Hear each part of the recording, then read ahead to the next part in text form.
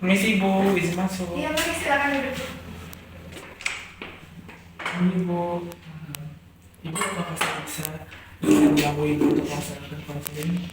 Ya, bisa kita awali dengan kamu memperkenalkan diri terlebih dahulu ya. Baik Ibu, perkenalkan nama saya Cavin, saya dari kelas 12 Ibu. Oh, oke. Sebelumnya, apakah Cavin pernah mengikuti sesi konseling?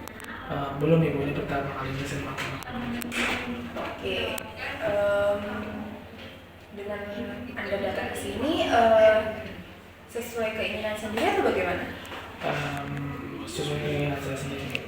Oke, baik, karena tadi Anda mengatakan bahwa belum pernah mengikuti sesi konseling, mungkin di sini saya akan menjelaskan sedikit ya mengenai apa itu bimbingan dan konseling.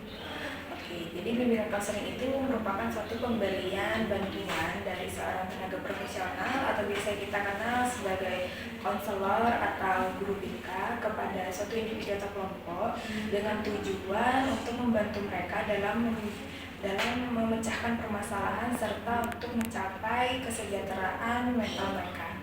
Nah, kemudian untuk asas-asas ada beberapa yang perlu diketahui. Yang pertama itu ada asas kerahasiaan, yang dimana Anda sebagai konselor saya tidak perlu khawatir akan kebocoran data atau permasalahan yang hari ini kita bicarakan. Kemudian asas berikutnya itu ada asas kesukarelaan, yang dimana Anda sebagai konselor saya harus memberikan informasi kepada saya secara terbuka tanpa suatu paksaan dari pihak manapun. Kemudian untuk asas yang ketiga itu ada asas kejujuran, yang dimana Anda sebagai konselor saya harus memberikan informasi kepada saya dengan benar tanpa ditutup-tutupi. Baik, untuk kesepakatan waktu. Nah, jadi dalam satu sesi konseling itu dibutuhkan antara waktu 30 sampai 45 menit. Nah, namun karena kita masih berada di lingkungan sekolah, alangkah baiknya jika kita sepakati saja selama 35 menit agar nantinya tidak mengganggu kegiatan kamu di kelas. Bagaimana? Apa kamu setuju? Baik Ibu, saya setuju. Oke. Nah, untuk tahap berikutnya kita akan mulai memasuki ke tahap konseling. Bagaimana? Apakah kamu sudah siap? Baik Ibu, saya siap. Oke, sebelum memulai kegiatan, alangkah baiknya jika kita berdoa ya. Awali dengan berdoa. Berdoa sesuai dengan keinginan masing-masing. Berdoa dulu. Berdoa dapat diakhiri. Saya perhatikan dari tadi sepertinya kamu tampak cemas ya. Mungkin kamu ada yang ingin kamu bicarakan kepada Ibu pada hari ini? Jadi begini Bu, belakangan ini saya menjadi lebih gampang lupa dan memiliki emosi yang tidak stabil, dimana saya merasakan tidak bisa mengatur emosi saya.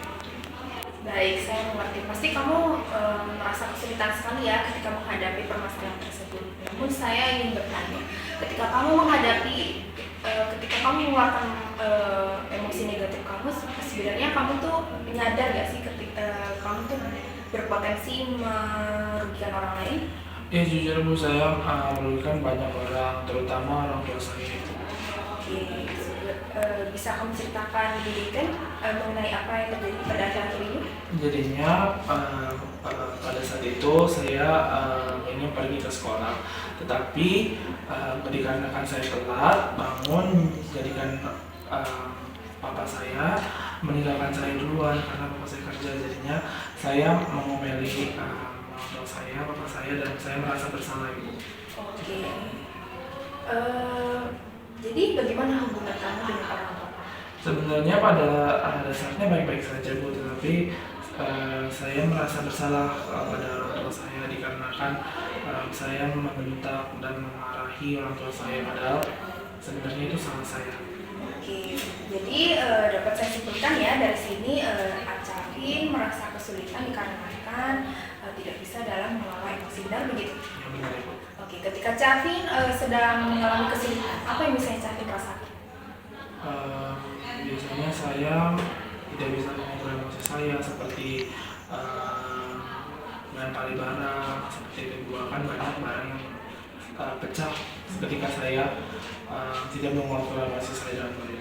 Oke, seperti yang sudah saya simak dari permasalahan yang Cavin sudah sampaikan kepada saya, pada sesi konseling kali ini mungkin saya akan menggunakan pendekatan konseling SFBC dengan teknik scanning question. Sebelumnya apakah kamu sudah tahu mengenai pendekatan SFBC dan teknik scanning question? Jujur ibu belum. Oke, mungkin saya akan menjelaskan secara singkat ya mengenai hal itu. Jadi, pendekatan konseling SFBC itu merupakan suatu pendekatan konseling yang berfokus pada solusi. Sedangkan teknik konseling scanning question itu merupakan suatu teknik konseling yang dimana dari skala 1 sampai 10 nanti Chavin sebagai konseling saya akan memilih pada tingkatan berapa pengaruh yang diberikan masalah Kevin yang sedang dihadapi. Kemudian untuk solusinya nanti kita bisa rencanakan bersama. Apa dari situ Kevin sudah paham? Oke, kita langsung saja ya.